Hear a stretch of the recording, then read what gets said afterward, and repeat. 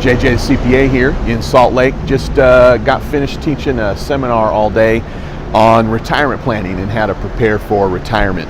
You know, one of the things that was interesting that came up that as this group of CPAs I was talking to is, I'm not going to say a new concept, but maybe a concept that hadn't been broached before, and it was related to certain kinds of insurances having into play as it related to long-term care and disability income insurance and life insurance. And one of the CPAs had asked, you know, make the argument for me why you would want to worry first about having long-term care insurance, and then do you really need disability income insurance if you've got assets that you'd be able to use to offset them.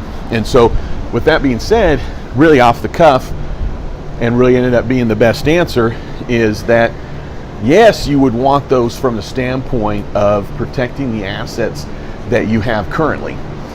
So think of it this way: if you have long-term care insurance and something comes up and you have to go into a facility, and think of this, when you're going into a facility for long-term care, it doesn't necessarily mean that you're drooling on yourself and you can't take care of yourself.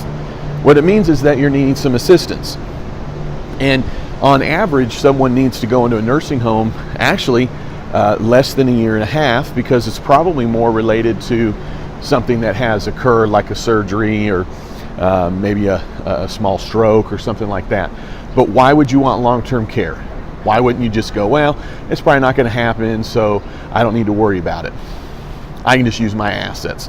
And that's really where the answer comes into play, is that you would not want to use your assets. So same thing with disability income insurance. We've talked about it before, I have in these other videos.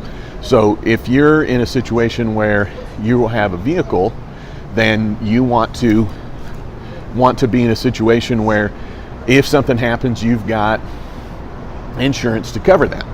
So if you've got insurance to cover that, why did you do that? Are you expecting to get into a car accident? No. Are you expecting that you're going to hurt somebody when you run them over? No, because you're not even expecting that. So when you're getting disability income insurance, you're not expecting that you're going to become disabled, but guess what? What if you do? So that was the same argument that I had made as it related to disability income insurance, because one of the questions was, well, why are we doing this? Because if we're trying to save for retirement, wouldn't it make more sense to put dollars aside for retirement? Meaning, instead of putting into insurance that you may not use, why do that? Why not just get or just have more money that you're able to put into retirement? And again, the answer is because you're trying to protect your assets. That's why you get the insurance, just the same as if you were getting auto insurance, not just to protect the vehicle, but to protect you, to protect the assets if you get into a situation where there's a lawsuit and it's not anything even necessarily that's your fault, but someone needs to get paid out. Well, how's it going to be done? Well, it's going to be done with insurance. All right. Hey, thanks for tuning in.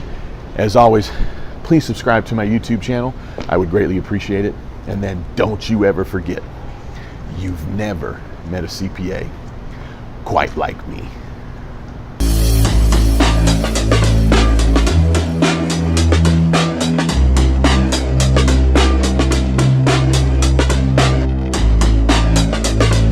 Don't you ever forget, you've never met a CPA quite like me.